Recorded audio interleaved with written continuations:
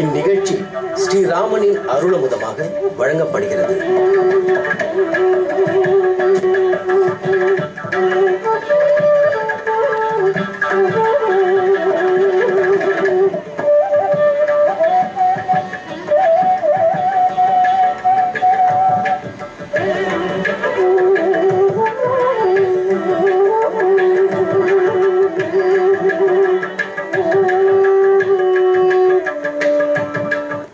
यत्र यत्र रघुनाथ कीर्तनं तत्र तत्र कृतमस्तकाञ्जलिं बाष्पवारि परिपूर्णलोचनं मारुतिं नमत राक्षसान्तकम्.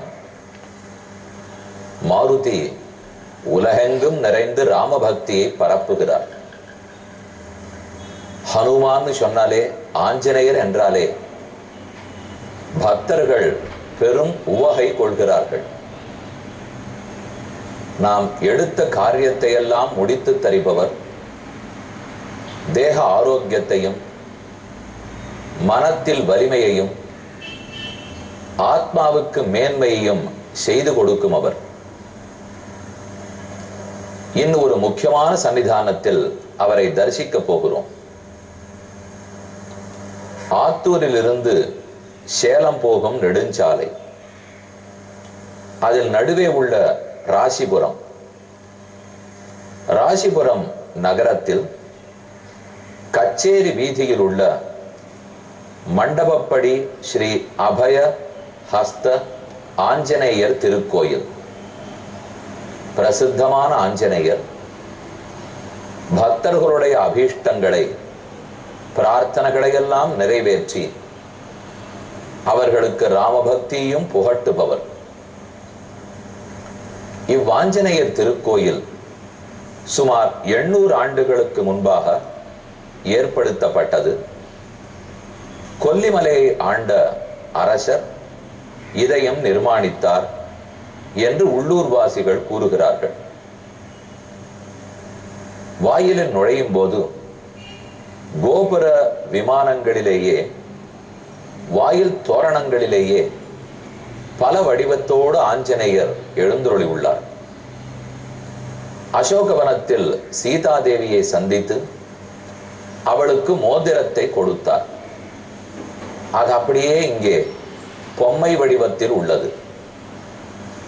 ராவணனுக்கு உபதேசித்த போது தன் வாளை சுருட்டி அதையே ஒரு ஆசனமாக ஆக்கி அதன் மேலே அமர்ந்தார். அதுவும் இங்கோர் விக்கிரக வடிவத்தில் உள்ளது. இப்படி கோயிலை சுற்றி பல வடிவங்களில் ஆஞ்சநேயர் நமக்கு அருள் பாலிக்கிறார். கோயிலுக்கு உள்ளே நுழைகிறோம். நன்கு பராமரிக்கப்பட்ட கோயில். இத்திருக்கோயிலில் பிரதான சந்நிதி ஆஞ்சநேயருடைய சந்நிதி, அது தவிர கோதண்டராம சுவாமியின் சந்நிதி, மேலும் நவக்கிரகத்தின் இடத்தில் நவ மாருதிகள் எழுந்தருளி இருக்கும் சன்னதி. இவர்கள் எல்லாரையும் தரிசிக்க போகிறோம். இன்று கோயிலின் வெளிப்புறம் ஆங்காங்கு எழுந்தருளி இருக்கும் அழகான அவருடைய வடிவம், இவற்றை சேவித்தோம். முக்கியமாய் 9 வடிவங்களில் ஆஞ்சநேயர் இத்திருக்கோயிலில் உள்ளார். இதோ நவக்கிரகத்தின் வடிவத்தில் 9ஆக இங்கு அவர் எழுந்தருளி உள்ளார்.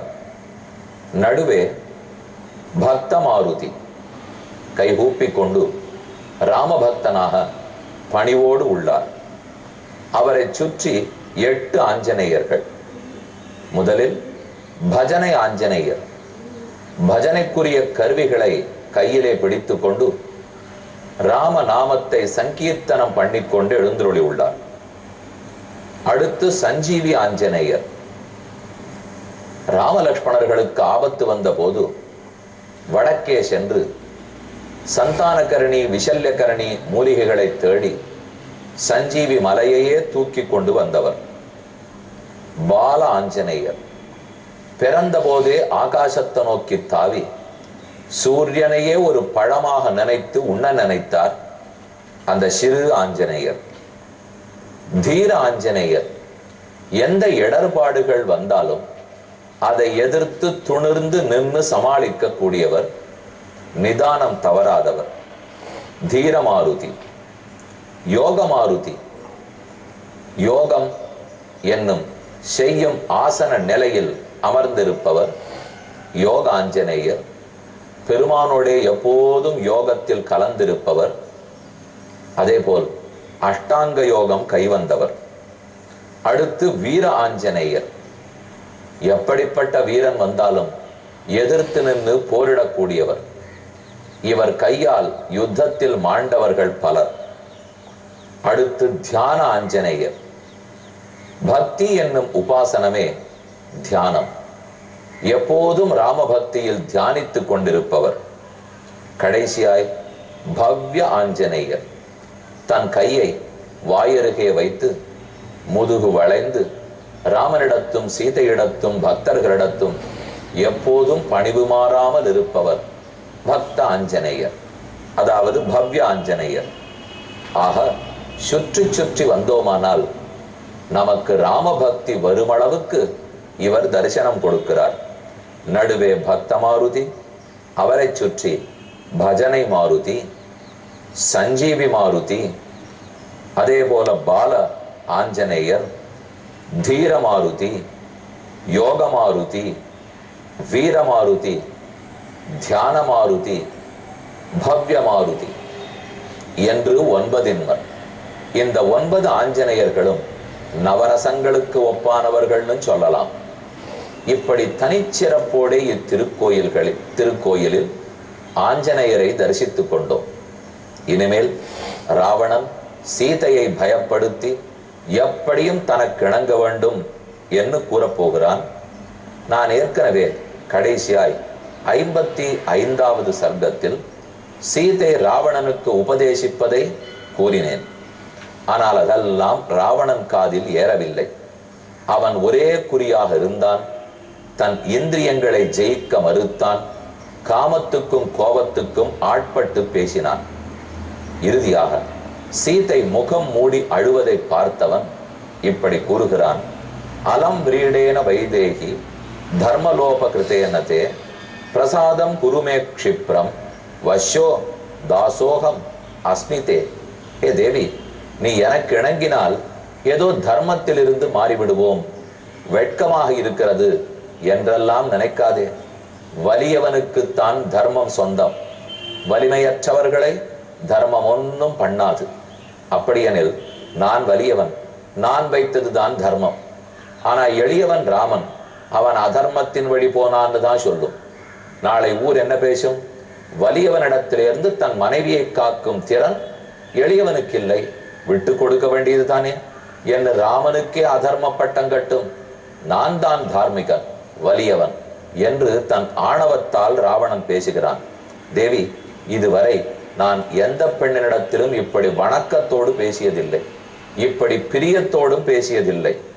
நச்சாபி ராவணः காஞ்சின் மூர்த்னா ஸ்திரீம் பிரணமேதः ஏவமுக்த்வா தசக்ரீவோ மைதிலீம் ஜனகாத்மஜாம் கிருதாந்தவசமாபன்னः மமேயமிதி மன்யதே. இப்படியெல்லாம் பலவாறாக கெஞ்சியும் மிஞ்சியும் பார்த்தான் இராவணன். ஆனால் சீதை எதற்கும் உடன்படவில்லை. இறுதியாய் சீதைக்கு கெடு வைக்கிறான். உனக்கு சில மாதங்கள் கெடு கொடுக்கிறேன், 12 மாதங்கள். அதாவது சீதை 10 மாசம் அசோகவனத்தில் இருந்தாள் என்று நாம் கேள்விப்படுகிறோம். இப்போதுதான் சீதை அசோகவனத்துக்குள் நுழைந்திருக்கிறாள். மொத்தம் 10 மாசங்கள் கெடு கொடுத்தான் ராவணன். அதில் 9வது மாசம் முடிந்த போதுதான் ஆஞ்சநேய சுவாமி வந்து பார்த்தார். அப்போது சீதை கூறுகிறாள், 1 மாசத்துக்கு மேல் நான் இன்னும் உயிரோடு இருக்க மாட்டேன். அவள் 12 மாசங்கள் தள்ள தயாராக இல்லை. அவள் தன் மனத்துக்குள் 10 மாசங்கள்னு வைத்துக் கொண்டாள். 9வது மாச இறுதியில் ஆஞ்சநேய சுவாமி வந்தார். அப்போது சீதை கூறுகிறாள், 1 மாதத்துக்கு மேல் உயிரோடு இருக்க மாட்டேன், ஆக மொத்தம் 10 மாசங்கள்னு கொள்ள வேண்டும். ஆனா இப்ப நுழைந்திருக்கிறாள் அல்லவா, இதிலிருந்து 12 மாசங்கள் கெடு வைத்தான். சா ததோக்தாது வைதேகி நிர்பயா சோக கரிசிதா திருணமந்தரத கிருத்வா ராவணம் பிரத்யபாஷத. 56வது சர்க்கம். ராவணனிடத்தே நடுவில் ஒரு புல்லை கிள்ளி புகட்டு சீதை பேசுகிறாள். ஒரு புல்லை போட்டால் உனக்கும் எனக்கும் நடுவில் சுவர் எழுப்பி இருக்கிறேன் அர்த்தம். இல்லைனால் இந்த புல்லுக்கு சமமாகத்தான் உன்னை மதித்தேன், இதற்கு மேல் உனக்கு மரியாதை இல்லை என்றும் பொருள். இப்படி பல பொருள்கள் துவனிக்க ராஜா தசரதோ நாம தர்மசேதுரிவாச்சலக, அரசன் தசரதன் ஆண்டு வந்தான். அவனே தர்மத்துக்கு காவலன், சத்தியசந்தன், மக்களை நன்கு பாதுகாத்தவன், தர்மம் மீறமாட்டான். அவன் மகன் திருமகன் ராமன். ராமோ நாம சதர்மாத்மா திரிஷு லோகேஷு விஸ்ருதः தீர்க்கபாகு விஷாலாட்சா தெய்வதம்ச பதிர்மம. ராவணா, எனக்கு பதியாக யாரை அடைந்தேன்? பெண்களிடத்தில் ஒரு குணம் உண்டு, அவரவருடைய கணவன் தாழ்ந்தவனாக இருப்பினும் எந்த நல்ல பண்பு இல்லாவிட்டாலும் பெண்கள் விட்டு கொடுக்க மாட்டார்கள், மற்றொரு ஆடவனை பார்க்க மாட்டார்கள். அதுவே அப்படியாக இருக்கும்போது என் ராமன் எப்படிப்பட்டவன்? நீ நினைக்கிறா போலே காட்டில் சுத்தி திரிபவன் அல்லன். நீ நினைக்கிறாய் கையில் வில்லிருந்து வாளிருந்து அனைவரோடும் போராடக்கூடிய வல்லமை இருந்தால் சிறந்தவன், அவன்தான் பெரியவன் நினைக்கிறாய். கையில் இருக்கும் பலம் மட்டும் பலம் அல்ல, மனபலம் முக்கியம், ஆத்ம வலிமை முக்கியம். என் ராமன் அதிர்ஷ்டமாகிற ஆத்மாவின் பலத்தை நம்பியவன். தர்மத்தின் வழி போகிறபடியால் கண்டபடிக்கு யாருக்கும் தீங்கு செய்ய மாட்டான். ராவணா, இதெல்லாம் உனக்கு புரியவில்லை. இக்ஷ்வாகூணாம் குலே ஜாதः சிம்ஹஸ்கந்தோ மகாத்யுதிஹி சைத்வா தொம்பத சங்கே ஜனஸ்தானே யதா கரஹ. நீ பேசுகிறாயே, அப்படி என் ராமன் காட்டில் மட்டும் அப்படி இப்படி திரிபவனாக இருந்தால் ஜனஸ்தானத்து 14,000 அரக்கர்களையும் ஒரு முகூர்த்த நேரத்தில் முடித்திருப்பானா?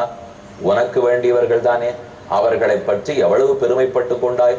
அவர்கள் அனைவரும் ஒரு முகூர்த்தத்திலே, ஒரு சிறு நாழிகை பொழுதில் ராமன் அழித்திருப்பனானால் அந்நிலை உனக்கு ஏற்படுவதற்கு எவ்வளவு நேரம் பிடிக்கும்? புரிந்துகொள். சதே ஜீவித சேஷஸ்ய ராகவம் தகரோ பலி ராட்சஸ்வமத்ய நிர்தக்தஹ யதா ருத்ரேண மன்மதஹ.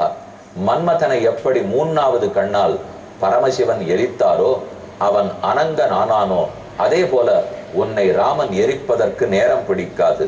கதாசுஸ்துவம் கதஸ்ரீகா கதசத்வோ கதேந்திரியா. இந்திரியங்களை இழந்தவனாய், உன் சத்துவகுணத்தை அழித்தவனாய், செல்வம் முற்றும் இழந்தவனாய், ஏன் உடலையே துறந்து பிராணம் போனவனாய் நீயுமாக போகிறாய், உன் மக்களும் ஆவார்கள். லங்கா வைதவ்ய சயுக்தா த்வத்கிருதே ந பவிஷ்யதி. உன்னால் நடத்தப்பட்ட தீங்கால் லங்கையே பாழாக போகும். அதை புரிந்துகொள், தவறிழைக்காதே என்ன சீதை பலகாலம் கூறி கடைசியா முக்கியமான கருத்து தெரிவிக்கிறாள். ததாகம் தர்ம நித்யஸ்ய தர்மபத்னி திருடவிரதா. தர்மத்தின் வழி நடப்பவனின் தர்ம பத்னி நான், உறுதியான சிந்தனை கொண்டவள். இதை போன்ற மொழிகளுக்கெல்லாம் விலை போபவள் அல்ல. அதை நன்கு புரிந்துகொள். இந்த உடலைத்தானே நீ விரும்புகிறாய், இது வெறும் மாம்ச பிண்டம். இந்த உடலை காட்டுக்கிளை கொண்டு போயிட்டால் புலி தின்னும், நரி தின்னும். அதை போல ஒரு மிருகம்தான் நீ. நீயும் இந்த உடலை தின்னலாம். ஏது செய்தாலும் ஆத்மாவை நீ தீண்ட முடியாது. இதம் சரீரம் நிசங்கியம் பந்தவா காத்தயஸ்வவா. என்ன நீ சாப்பிட்டாலும் சரி, அடித்தாலும் சரி, வெட்டினாலும் சரி, அல்லது எங்கோ இட்டு சிறை வைத்தாலும் சரி, உடலைத்தான் உன்னால் தீண்ட முடியும். ஆனால் என் மனமோ ஆத்மாவோ ராமனுடையவை. புரிந்துகொள். ராவணம் ஜானகி தத்ர புனர்நோவாச்ச கிஞ்சன. இப்படி பலகாலம் கூறிவிட்டு மேலே பேசாமல் ஜானகி நிறுத்தினாள். ராவணன் கூறுகிறான், ஸ்ருணு மைதிலி மத்வாக்கியம் மாசான் துவாதச பாமினி. இதோ என் வார்த்தையை கேள். இனி 12 மாசங்கள் தான் கெடு. அதற்குள் நீ எனக்கு இணங்கியாக வேண்டும். சீக்கிரமேவிகி ராட்சஸ்ய விரூபா கோரதர்சனாக. இங்கிருக்கும் பயங்கர வடிவு கிடைத்த 700 ராட்சசிகளும் தர்ஜனத்தாலும் பர்சனத்தாலும் வாயால் பேசி துன்புறுத்தி, கையால் அடித்து துன்புறுத்தி உன்னை இணங்க வைப்பார்கள். அசோகவனிகா மத்தே மைதிலி நீயதாமிதி தத்ரேயம் ரக்ஷதாம் கூடம் யுஷ்மாபிகி பரிவாரிதா. யாரும் நெருங்க முடியாத, நுழைய முடியாத அசோக வனத்தில் இவள் சிறை வைக்கப்படட்டும். அங்கு 700 ராட்சசிகள் இவளை காக்கட்டும் என்று சொல்லி ராவணன் ஏவினான். அழகான அசோகவனம், பார்ப்பதற்கழகு, ஆனால் அழகை ரசிக்கும் நிலையிலா சீதை தற்போது இருக்கிறாள். அசோகவனத்தில் சிறை வைக்கப்பட்டாள். இனி என்ன நடந்ததுன்னு கேட்போம். ஒரு அறிவிப்பு. ஆகஸ்ட் மாசம் 9ஆம் தேதியிலிருந்து 14ஆம் தேதி வரை 6 நாட்கள் கோயம்புத்தூரில் அடியனுடைய உபன்யாசம். ஆர்எஸ் புரத்தில் உள்ள பாரதிய வித்யா பவனில் மாலை 6:30 மணிக்கு மகாபாரதத்திலும் ஸ்ரீ ராமாயணத்திலும் சொல்லப்பட்ட ராஜ தர்மம், ராஜநீதி, இதுவே தலைப்பு. அவசியம் அனைவரும் வரவும். அப்போதே 10ஆம் தேதியிலிருந்து 14ஆம் தேதி வரை காலை 6:45 மணிக்கு அதே பாரதிய வித்யா பவன் வளாகத்தில் ஸ்ரீ வேதாந்த தேசிகன் அருளிச் செய்த அஞ்சலி வைபவம். அது 5 நாட்கள். பக்தர்கள் அனைத்திலும் கலந்து கொண்டு சிறப்பிக்க வேண்டுகிறேன். இந்நிகழ்ச்சி ஸ்ரீராமனின் அருளமுதமாக வழங்கப்பட்டது.